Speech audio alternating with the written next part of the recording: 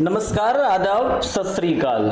स्वागत है आपका इंफॉर्मेशन टेक्नोलॉजी के नए सत्र में। आप सभी का स्वागत है। चलिए हम देखते हैं, इंफॉर्मेशन टेक्नोलॉजी तो हमने कर लिया था, अब आगे के कंटेंट को इसी में हम करेंगे।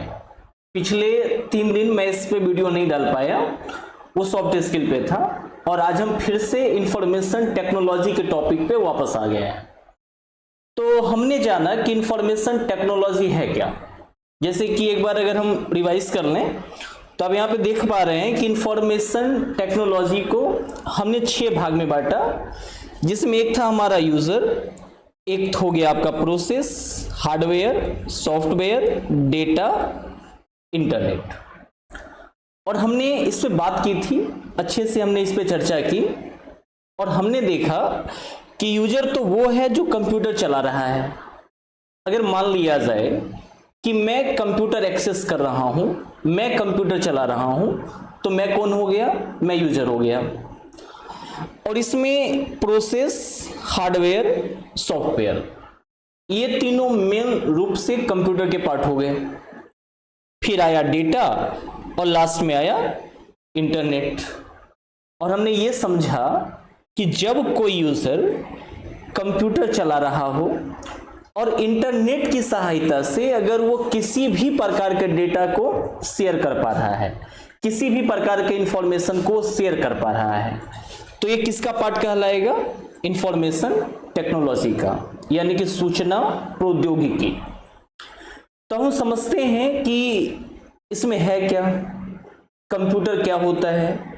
तो यूजर में तो समझने के लिए अब कुछ खास है नहीं, हमने कर लिया है। अब हम स्टार्ट करते हैं कि कंप्यूटर, तो जो वर्ड है कंप्यूटर, ये है क्या? दुनिया भर में कई सारे कंप्यूटर हैं। हमने कई बार सुना कि सुपर कंप्यूटर है, मेन फ्रेम है, लोग कहते हैं कि मैं पीसी खरीदने जा रहा हूं। अब ये सारे कंप्यूटर के ही पार्ट हैं। तो कितने कंप्यूटर हैं दुनिया भर में? तो चलिए हम उसको समझते हैं। अब इसके लिए हमें यह जानना होगा कि दुनिया भर में जितने भी कंप्यूटर हैं, सभी को अगर देख लें तो सब मिला के इसके 4 पार्ट हो गए। जितने भी कंप्यूटर दुनिया भर में हैं, सारे कंप्यूटर्स को 4 भागों में बांट दिया गया, 4 पार्ट कर दिया गया। जिसमें पहला जो हमारा कंप्यूटर हमारे सामने है वो हो गया हमारा सुपर कंप्यूटर। पहला कंप्यूटर क्या हो गया? Super computer. दूसरा है हमारा मेन फ्रेम, एक है मिड रेंज, और चौथा हो गया हमारा पर्सनल, जिसको कि आप अक्सर पीसी बोलते हैं, पीसी। तो हम लोग इसको छोटा छोटा पार्ट में समझते हैं, एक एक करके देखते हैं कि ये है क्या। जैसे कि पहले अगर हम बात करें तो पहला हो गया हमारा सुपर कंप्यूटर। तो क्या है ये सुपर कंप्यूटर, क्या होता है इससे?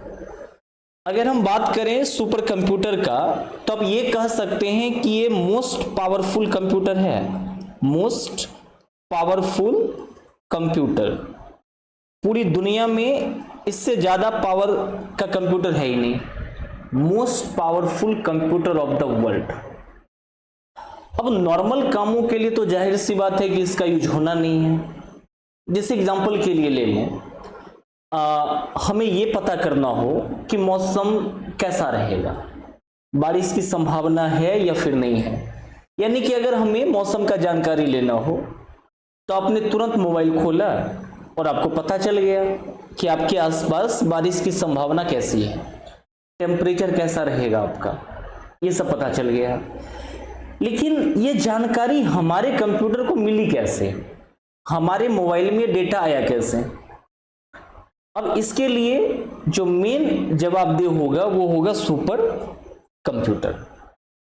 इसने क्या किया कि वो डिवाइसेस जो टेम्परेचर्स को यहाँ पे रिकॉर्ड कर रहे हैं, दुनिया भर में कई सारे सैटेलाइट्स घूम रहे हैं और वो सैटेलाइट्स मूव कर रहे हैं, और उसके बाद ये रिकॉर्ड पर कर पा रहे हैं कि अलग अलग जगहों का टेम्परेचर कैसा होगा, मौसम कैसा रहेगा, बारिश की क्या संभावनाएं हैं। और उनको कंट्रोल कौन कर रहा है?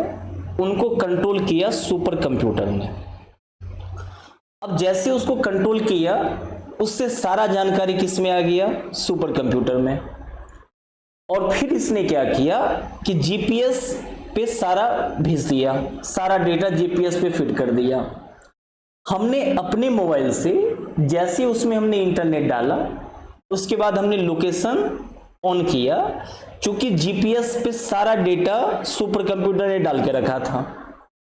अब जैसे हमने लोकेशन ऑन किया तो हम जहां पर हैं, हमारा जो करंट लोकेशन है उसका डेटा, उसके अकॉर्डिंग वहां का क्या टेम्परेचर है हमें पता चल गया।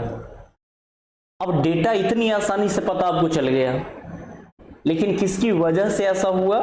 तो वो था हमारा सुपर कंप्यूटर। तो most powerful computer of the world, दुनिया का सबसे अधिक शक्तिशाली कंप्यूटर जो है वो आपका सुपर कंप्यूटर है। इसके बाद जो नेक्स्ट पार्ट है हमारा वो है मेन फ्रेम का।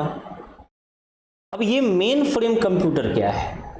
तो अगर एक नॉर्मल शब्द में बोलना हो, एक शब्द में अगर कहना हो, एक वर्ड में जवाब देना है, तो आप इस मेन फ्रेम को कह सकते हैं कि ये है आपका सर्वर कंप्यूटर। मेन फ्रेम को कहा जा सकता है हमारा सर्वर कंप्यूटर। क्या होते हैं ये? तो नाम से ही क्लियर है, सर्व, ये सर्व करते हैं। सर्व क्या करेंगे? To data. क्यों इसका यूज होता है उसको समझिए। जैसे मान लिया कि हमने एक नॉर्मल सा मोबाइल खरीदा, अब उसमें कुछ मेमोरी कार्ड्स होते हैं। हम अक्सर बोलते भी हैं कि हमारा जो मोबाइल होगा उसका इंटरनल मेमोरी का इतना रहेगा, इतने जीबी का होगा, आपका कैपेसिटी की हम बात कर रहे हैं। अब यहां पे जब हम सर्वर कंप्यूटर में आ गए, काम वैसा ही कुछ कर रहा है। ये भी डेटा को ही इकट्ठा करता है, डेटा ही रिकॉर्ड करेगा। लेकिन यहां पे क्या होगा कि डेटा की क्वांटिटी बहुत ज्यादा होगी, बहुत ज्यादा डेटा होगा, दुनिया भर का डेटा होगा, और वो डेटा सही से प्रोसेस हो पाए, फास्टली प्रोसेस हो पाए, डेटा आसानी से मूव कर पाए, इसके लिए किसका यूज किया जाएगा? तो वो है आपका सर्वर कंप्यूटर। जैसे एग्जांपल के लिए अगर हम लें तो जितने भी बीमा कंपनियां होंगी, लाइफ इंश्योरेंस, जितने भी कंपनियां ऐसी हैं, अब जैसे देखें एलआईसी का, क्या एलआईसी का मान लिया जाए कि एक खास किसी जिला का इंश्योरेंस करती है सिर्फ, या ये पूरे भारत के लोगों का भी इंश्योरेंस कर सकती है? देश विदेश में रहने वाले लोगों का भी इंश्योरेंस हो सकता है। अब कई लोगों ने जब इंश्योरेंस करवाया तो जब उन्हें अपना प्रीमियम भरना है, उन्होंने जैसे अपना आईडी वहां पे डाला तो वो डेटा काफी तेजी से उनको दिखे, फास्ट प्रोसेसिंग हो, उनको दिख पाए, तो वो कंपनियां इस डेटा के फास्ट प्रोसेसिंग के लिए किसका यूज करेंगी? तो वो होगा आपका सर्वर कंप्यूटर, और इसके लिए वो मेन फ्रेम का यूज कर लेंगी। यही है मेन फ्रेम कंप्यूटर। या अगर इसके लिए और भी कोई एग्जांपल लेना चाहें तो आप कह सकते हैं, जैसे कि मान लिया जाए इंडिया में एसबीआई एक बहुत बड़ी बैंक है। अब एसबीआई चूंकि बड़ी बैंक है, उसका कारण है कि इसमें कस्टमर्स कई सारे हैं, करोड़ों में होंगे कस्टमर। अब जब करोड़ों कस्टमर हैं तो डेटा भी तो फास्ट प्रोसेसिंग होना चाहिए। अगर फास्ट प्रोसेस ना हो, सोचिए क्या हो सकता है। जैसे मान लिया जाए कि मैं एक एसबीआई में मेरा एक अकाउंट है, मैं एसबीआई होल्डर हूं, एसबीआई बैंक अकाउंट होल्डर हूं मैं। अब मेरे अकाउंट में संजोग से 10,000 रुपए हैं। मैंने क्या किया, मैं एक ऐसे एटीएम में गया जहां पे एटीएम के 2 मशीन लगे हुए थे।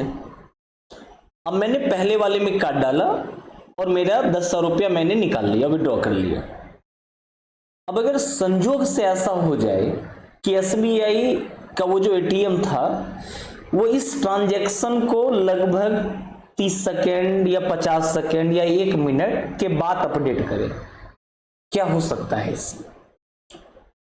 मैंने पहले अपना कार्ड डाला, उसके बाद मैंने क्या किया कि 10,000 रुपया मैंने निकाल लिया, और अगर मुझे ये पता है कि इसका अपडेशन, इस ट्रांजैक्शन का अपडेशन एसबीआई के सर्वर में 1 मिनट के बाद होना है। अब इस 1 मिनट में मैं क्या कर सकता हूं? एक ही ट्रांजैक्शन को मैं कई बार कर सकता हूं। पहले वाले से मैंने 10,000 निकाला, फिर दूसरे वाले से भी 10,000 निकाल लिया, फिर से पहले वाले से 10,000 निकाला। लेकिन क्या ऐसा होता है? नहीं। क्यों? क्योंकि इसका जो सर्वर है वो काफी फास्ट होगा। काफी फास्ट इन द सेंस कि अगर हम नॉर्मली बात करें अभी स्पीड का, तो हम लोग नैनो स्पीड का यूज कर रहे हैं। मतलब 1 सेकेंड में 9 लाख कैलकुलेशन वो कर लेते हैं। मतलब अगर उस ट्रांजैक्शन को अगर ये देखा जाए कि प्रोसेसिंग कितना होगा, तो सेकेंड में लाखों बार वो प्रोसेस हो चुके होते हैं। यही कारण है जैसे अकाउंट से आपका रुपया विड्रॉ हुआ, अपडेट तुरंत से हो गया। और अगर इसका प्रोसेसर स्लो हो तब क्या होगा? तो बड़ी बड़ी कंपनियां जितनी भी होंगी वो अपने सर्वर के लिए, अपने काम को एक्सेस करने के लिए, उसमें डेटा या इंफॉर्मेशन का सही से प्रोसेस हो, फास्ट प्रोसेस हो पाए, इसके लिए वो यूज करते हैं मेन फ्रेम का एज ए सर्वर कंप्यूटर। तो दूसरा हमारा मेन फ्रेम है। अब तीसरे की अगर हम बात करें तो तीसरा आता है आपका मिड रेंज कंप्यूटर। अगर इसकी बात किया जाए, आप भी इसको भी कह सकते हैं कि ये भी एक सर्वर ही है, ये भी एक सर्वर ही है, सर्वर कंप्यूटर ही है। लोग इसका भी यूज एज ए सर्वर ही करते हैं, लेकिन ये मेन फ्रेम इतना पावरफुल नहीं है। मेन फ्रेम इतना पावरफुल कंप्यूटर ये नहीं होगा। अब अगर कोई छोटी छोटी कंपनियां हैं, उनको अपना डेटा अगर प्रोसेस करवाना है, वो इसका यूज कर सकते हैं। या कोई बड़ी कंपनियां अगर हैं, अगर उनको अपना कोई खास काम करना हो, किसी खास विभाग का डेटा एक्सेस अगर करवाना हो, वो भी मिड रेंज का कर सकते हैं। तो कुल मिला के ये काम करते तो हैं मिड रेंज जैसा ही। तो मिड रेंज काम अगर कर रहा है तो आपका मेन फ्रेम जैसा, लेकिन है क्या ये? तो ये है उसके जैसा एक सर्वर कंप्यूटर, लेकिन इसका पावर क्या होगा? मेन फ्रेम की तुलना में काफी कम होगा। तो ये भी क्या है? तो एक सर्वर कंप्यूटर ही है, नॉर्मल सी बात। इसके बाद चौथा जो कंटेंट हमारे पास है, या इसका जो चौथा पार्ट है, वो है पर्सनल कंप्यूटर। पर्सनल कंप्यूटर यानी कि पीसी, लोग इसे ही बोलते हैं पीसी। पीसी यानी कि पर्सनल कंप्यूटर। तो ये पर्सन से बना है, तो पर्सन का मतलब क्या हो गया? तो पर्सन का मतलब हो गया इंसान, यानी कि कोई व्यक्ति। तो पर्सन से बना है पर्सनल, यानी कि व्यक्ति से हो गया आपका व्यक्तिगत कंप्यूटर। मतलब ऐसे कंप्यूटर जिनका इस्तेमाल हम अपने पर्सनल कार्यों के लिए कर रहे हैं, खुद के लिए हम कर पा रहे हैं, तो वो हमारा क्या हो गया? Personal computer. अभी अगर हम बात करें इसकी पर्सनल कंप्यूटर का, जिसपे हमारा पूरा कोर्स भी आधारित है, तो पर्सनल कंप्यूटर को भी कई अलग अलग पार्ट में बांटा गया है। जैसे कि इसमें पहला जो पार्ट हो गया हमारा, ये हो गया डेस्कटॉप। नाम से एकदम क्लियर है कि वैसा पीसी, वैसे कंप्यूटर जिनको इसलिए डिजाइन किया गया कि आप उसको डेस्क पे रख पाए। डेस्क का मतलब वही जिस पे आप अपना हाथ रख रहे हैं, कॉपी वगैरह रख रहे हैं, डेस्क। टॉप में से हो गया के ऊपर।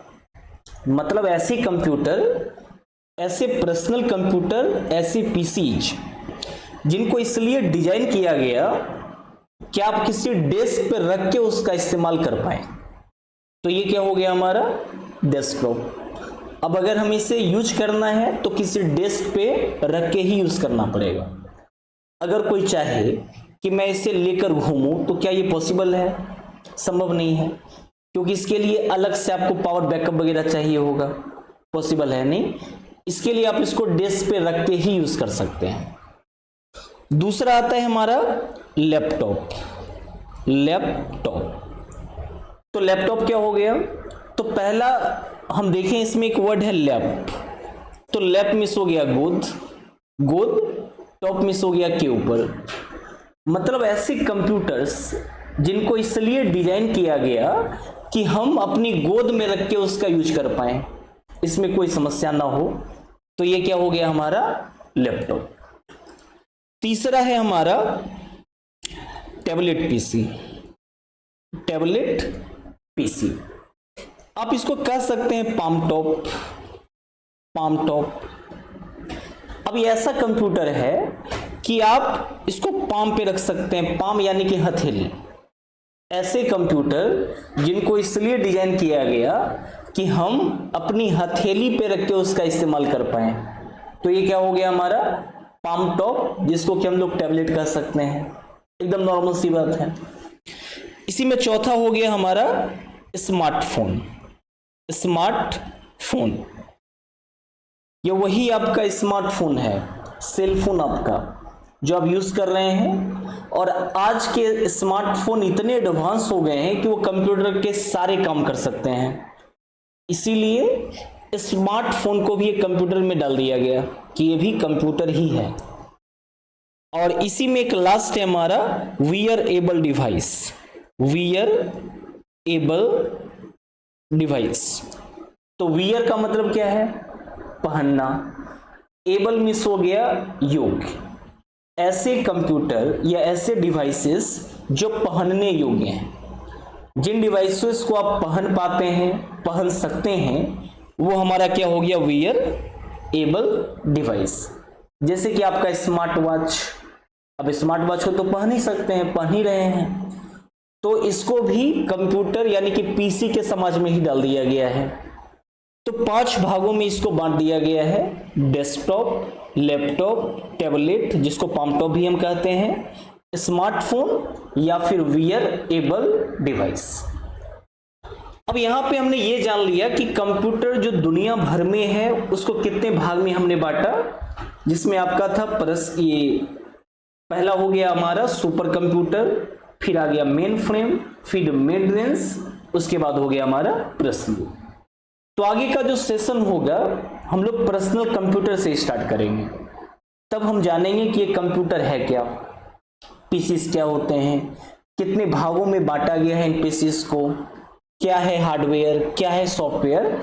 इन सारी चीजों की बारीकियों को हम समझेंगे, एक एक करके सब कुछ हम देखेंगे। तो आप लोग बने रहिए हमारे साथ। नेक्स्ट हम आईटी का जो नेक्स्ट सेशन होगा उसमें हम मिलेंगे। इससे पहले अगर आपको जानना हो कि आईटी क्या है, किस तरीके से आईटी में कंप्यूटर वगैरह आ गया, इंटरनेट क्या होता है, तो आप इसके पीछे वाला वीडियो जो है आप देख सकते हैं। और उसके बाद हम आगे के सेशन में फिर इसके आगे हम अच्छे से इसके बारे में बात करेंगे। तो आज के लिए आप सभी लोगों का धन्यवाद। Thank you so much.